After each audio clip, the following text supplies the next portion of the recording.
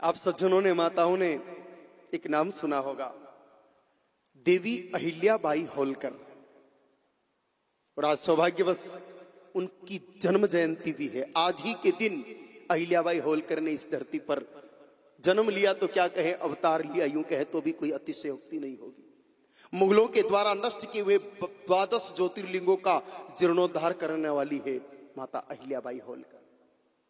घटना उस समय की है कि माता अहिल्याबाई होलकर ने इंदौर को अपनी राजधानी बना रखी थी। उनका शासन गुजरात, महाराष्ट्र और मध्य प्रदेश तक फैला हुआ था। यूं तो जन्म तो उन्होंने एक साधारण गडरिया परिवार में लिया, भेड़ बकरी पालने वाले परिवार में लिया, लेकिन वो स्वयं गौ को चराती थी और उनकी बुद्धि को देख करके एक शासक अपने पुत्र की कमजोर बुद्धि के कारण कि बहू अच्छी मिल जाए तो मेरा राज्य संभल जाएगा, अहिल्याबाई जो गरीब परिवार की कन्या थी, राजघराने में विवाह हो गया और आगे जाकर के वो महारानी बनी। सारा कामकाज वो स्वयं देखती थी, राजकाज को वो स्वयं ही संभालती थी। न्याय प्रिय इतनी मेरे भाई बहनों की पूछो मत। न्याय प्रियता के मामले में उनकी बराबरी कोई नहीं कर सकता। उन्होंने अपने महल के बाहर एक रस्सी बंधवाई, उस रस्सी को जोड़ दिया महल के भीतर लगी हुई एक घंटी को, और नगर में सूचना करवा दी कि कोई भी दीन दुखी हो, किसी को भी न्याय चाहिए, इस रस्सी को खींचना, घंटी बजेगी, मैं स्वयं न्याय करूंगी। उनको पता था कि द्वारपाल भ्रष्टाचार कर सकता है, और आजकल होता ही है। कई बार आप किसी ऑफिसर से मिलने जाओ, दरवाजे पर जो सज्जन बैठे उनको कहो कि भाई साहब से मिलना है, वो कहेंगे साहब बहुत बिजी है। भाई साहब को 500 की नोट पकड़ा दो, साथ बिल्कुल इजी है, आसानी से मिल जाएंगे। अहिल्याबाई दूरदर्शी थी, उनको पता था कि ऐसी स्थिति पैदा होगी, इसलिए उन्होंने वो रस्सी बंधवा दी। एक दिन प्रातः का समय था मेरे भाई बहनों, वो रस्सी खींची, घंटी बजी।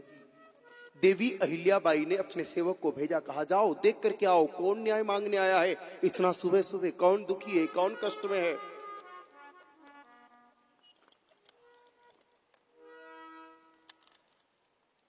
सेवक गया, घूम करके आया, आकर के कहा कोई नहीं है मां। कहा ऐसा नहीं हो सकता, घंटी बजी है तो कोई तो होगा। पुनः गया, दोबारा गया, चारों तरफ देखा और कोई नजर नहीं आया। एक गैया मैया खड़ी थी, कहा मां और तो कोई नहीं है, लेकिन एक गौ माता अवश्य खड़ी है। कहा तो रस्सी गौ माता नहीं खींची होगी, इसमें सोचने की क्या बात है। तुम पशु समझने की त्रुटि कर रहे हो, इसलिए तुम्हें वो मां दिखाई नहीं दी, वो तो साक्षात भगवती है। कोई न कोई अपराध तो बना होगा, तभी वो गौ माता आई है, पता लगाओ उसका सेवक कौन है। तुरंत पता लगाया, सेवक को पकड़ करके लाया। सेवक से प्रश्न किया, तो मैया की सेवा ठीक से नहीं करते, इनको उत्तम चारा पानी नहीं देते। कहा ऐसा नहीं है मां, मैं तो इनको मां की तरफ पूरा प्रेम से रखता हूं, इनकी खूब आनंद से सेवा करता हूं, तो फिर ये न्याय मांगने क्यों आई है। किसी ने तो अपराध किया। कहा मां अपराध तो किया, बताओ अपराधी का नाम। कहा मैया नहीं बता सकते, क्योंकि अपराधी बहुत बड़ा है, अगर हमने अपराधी का नाम बताया तो हमें ही प्राण देने पड़ेंगे। कहा चिंता मत करो, मैं तुम्हें अभयदान देती हूं, कितना ही बड़ा अपराधी क्यों नहीं है, नाम बताओ और अपराध बताओ। कहा मां अपराधी दूसरा कोई नहीं, आपके पुत्र इस शासन के युवराज हैं, मालोजी। कहा क्या अपराध किया। कहा मेरा नित्य का नियम है मां, प्रातः मैया को अपने घर से खोल करके अपने खेत तक ले जाता हूं। नित्य की भांति आज भी मैं सुबह सुबह अपनी मैया को खोला और खेत तक ले जा रहा था। ये गर्भवती थी और प्रसव का पूर्ण समय आ गया, लेकिन मुझे ध्यान नहीं रहा, लेकर के चल पड़ा। आधे रास्ते में पहुंचा कि मैया ने बछड़े को जन्म दिया। मैया उस बछड़े को चाट ही रही थी, अभी पूरी तरह से चाट ही नहीं पाई कि आपके पुत्र मालोजी प्रातः प्रातः हवाखोरी के लिए रथ में सवार होकर के आए। रास्ता चौड़ा था, चाहते तो रथ को इधर उधर होकर के निकाल सकते थे, अथवा रोक करके हमें अवसर दे देते कि हम बछड़े को एक तरह कर देते, क्योंकि अभी तक बछड़ा स्वयं उठने की स्थिति में नहीं था। लेकिन राजपद के मद में डूब करके युवराज ने उस रथ को बछड़े के ऊपर होकर के निकाल दिया गौ माता के देखते देखते। और वो नवजात बछड़ा इतने बड़े रथ का वजन सह नहीं पाया और क्षण मात्र में उसके प्राण निकल गए। वो बछड़ा मर गया। मां थोड़ी देर से ये गैया मैया वहीं घूमती रही दुख के मारे, और अंत में आपके दरबार की तरफ बढ़ी। पीछे पीछे यहां तक तो मैं आया, लेकिन जैसे ही इसने घंटी बजाई, मैं भय के मारे इनको यहीं पर छोड़ करके अपने घर लौट गया। मां अगर सचमुच न्याय कर सकती हो तो आज न्याय करके दिखाओ। माता अहिल्याबाई होलकर परम शिव भक्त, और जो वास्तव में शिव भक्त हो वो अन्यायी कैसे हो सकता है? क्योंकि धर्म रूपी नंदी पर सवार होने वाले शिव की भक्त भला अधर्म पथ पर कैसे चल सकती है?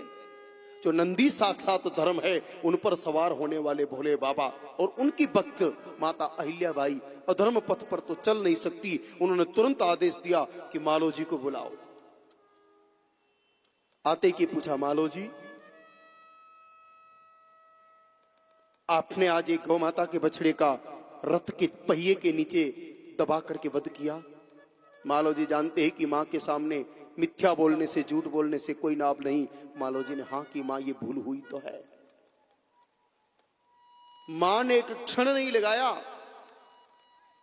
अहिल्याबाई ने कहा, इस दुष्ट के हाथ और पैर बांध लो और इसको उसी मार्ग पर डाल दो जिस मार्ग पर इसने बछड़े का वध किया है। सारथी को कहा कि जिस प्रकार इसने बेकसूर गौ माता के बछड़े का वध किया, इस राजकुमार के ऊपर भी रथ चढ़ा करके इसको मृत्यु दंड दे दिया जाए। मेरे राज्य में गौ माता को कष्ट पहुंचाने वाला चाहे मेरा पुत्र भी क्यों न हो, जिंदा नहीं रह सकता। मां के सुनाए हुए न्याय को सुनकर के सारे सैनिक हतप्रत रहेगी कि ये क्या कह रही है मां। सारथी ने मना कर दिया, मां इस राज्य का क्या होगा, आपका इकलौता पुत्र। मां राज आज्ञा के उल्लंघन में चाहे आप मुझे प्राण दंड दे दो, लेकिन मैं रथ नहीं चलाऊंगा। अहिल्याबाई स्वयं रथ पर चढ़ गई, खुद ही। रास्ते में खुद का पुत्र पड़ा है और उस रथ को हाँक दिया। जैसे ही वो रथ गौमा पहुंचा मालो जी के पास में, और वही गौ माता दौड़ करके आई और बीच में आकर के खड़ी हो गई। उसको हाँक करके इधर उधर किया, वापस आके खड़ी हो गई और आंखों से आंसू बरसने लगे गौ माता के। मां कहने लगी दूसरी मां को, गौ माता माता अहिल्याबाई को अश्रु धारा के माध्यम से कहने लगी कि मां आप न्याय तो कर रही हो, लेकिन आपके पुत्र की मृत्यु के बाद आपको कितनी पीड़ा होगी एक मां ही समझ सकती है। मेरे पुत्र को आपके पुत्र ने मारा, मुझे कितनी वेदना हुई मुझे पता है।